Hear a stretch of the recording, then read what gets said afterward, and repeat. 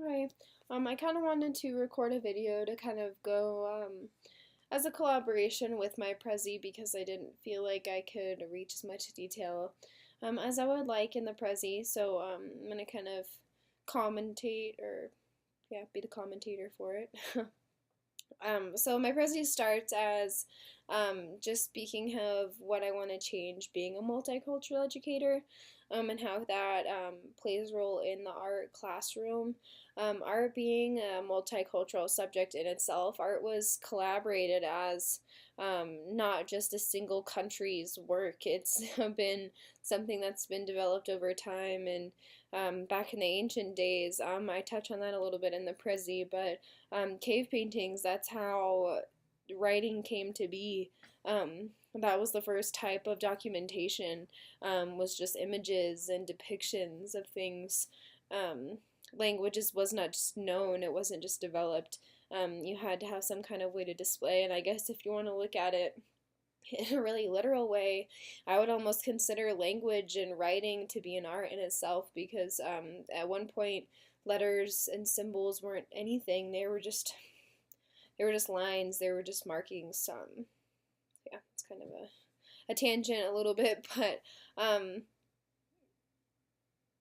displaying how some learners, it's important for them to have a variety of ways to intake information. They can't always just read something in a book or hear something in a lecture and have it in their mind as concrete knowledge. Some people need a little bit more than that, a little bit more hands-on learning, creative learning, additive and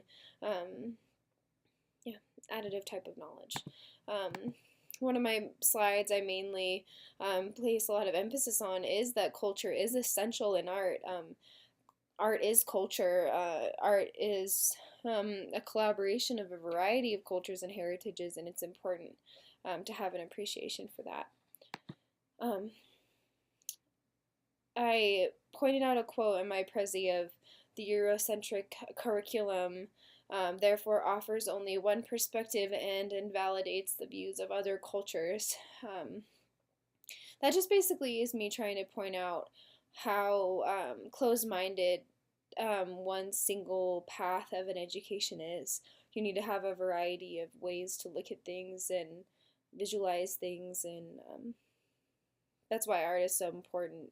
Just because I was one of those learners, I needed to have a variety of ways for it to be presented to me, for me to really intake it as knowledge, because I wasn't just like a logical thinker. I couldn't just read it in a book and automatically know the answers always.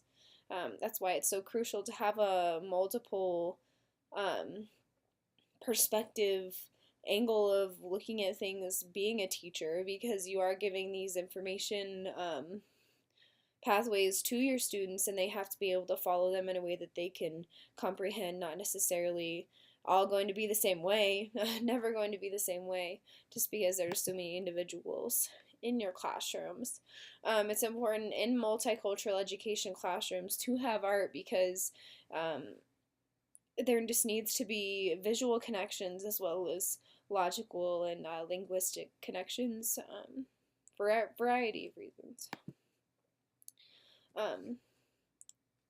One of the points I liked the most on the website reference that we were given, I believe it was the title of it was the educational leadership, the 10 roles for teachers. One of the ones that I thought was really important was the instructional specialist, just because I am in the art department, and most artists have a forte. They choose a medium they really appreciate and like.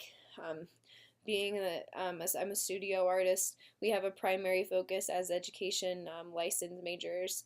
So you have a primary studio and a secondary studio. So you would be you would be what would be considered as the expert of.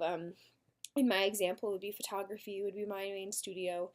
For the next artist, it would be drawing, or for someone else, it would be ceramics. In my situation, being instructional specialist in this department, I would use my friends that are artists, people that I've met over time, other teachers that our teachers. Use them as references for when you're displaying maybe a medium that you're not as comfortable with, or maybe is not your main go-to. It's awesome to use someone else as a reference, especially when that's something that they do every day. They're a lot more comfortable with something that they do every day than maybe something that you've read about in a book just a couple times, or maybe you don't feel the most comfortable with, or and for reasons of wanting to use that medium or preferred medium.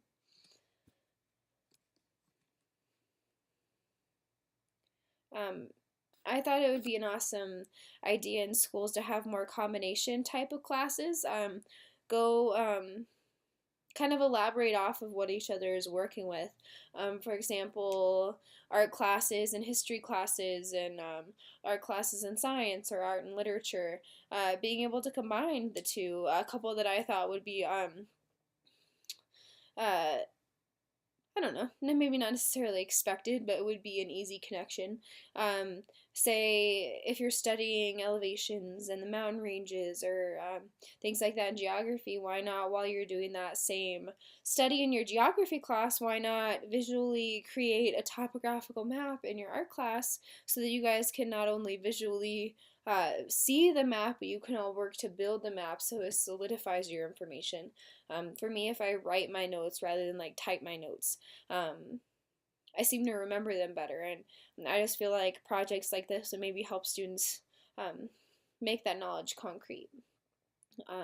Another one that I thought would be cool would be maybe in a science class, having your students create three-dimensional models of, maybe if you're studying chemistry, or even in like nature, go out and collect items in nature that you're studying, or go on hikes to find the items that you're studying.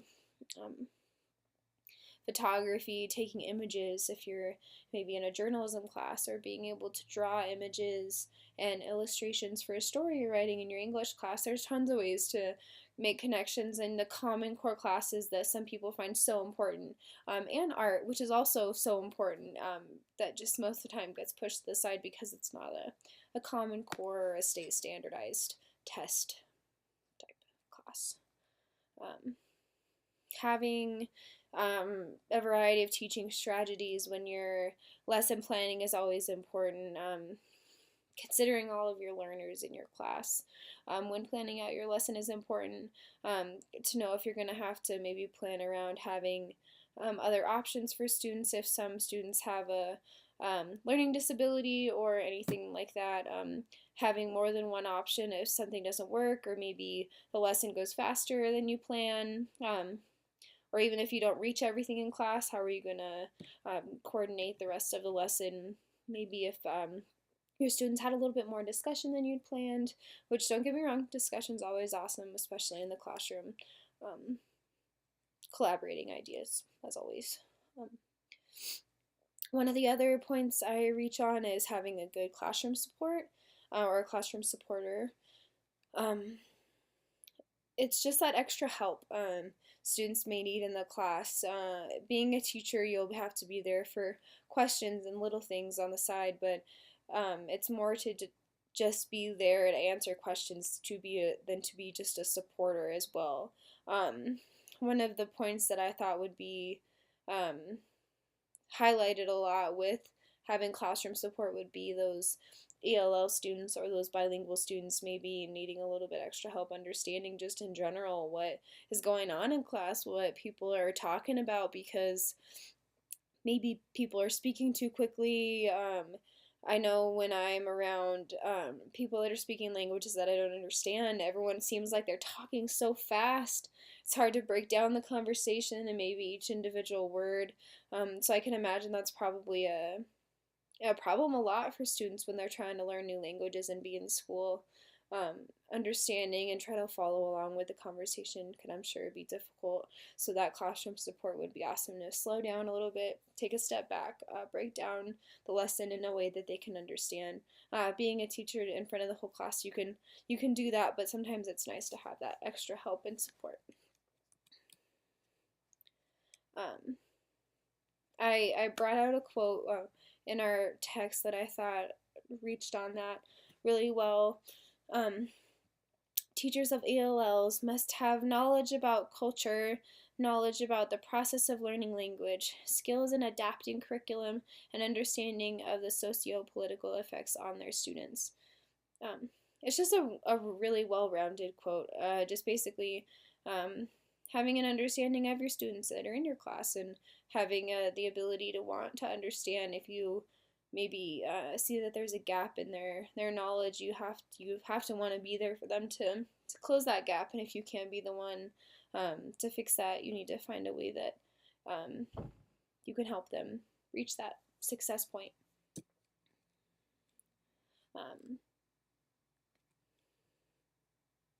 See, I talk a lot about the expert. That would just be like having speakers and professionals come in and speak to your class. I know how much of an impact it is to hear of people that do things professionally as a job rather than just like speaking of it in your class. I know that's why like field trips and things like that have such a strong impact on students. I know one, for example, like going to art museums and things like that are always really impressive to students, seeing how long art has been going on and how long it's been a thing, how things have changed, and just like the huge variety of things that you can do with these subjects are not just so tied down. It's not so black and white. There's so many options in this world, and I think having people come in and speak to the students, it carries a lot of impact.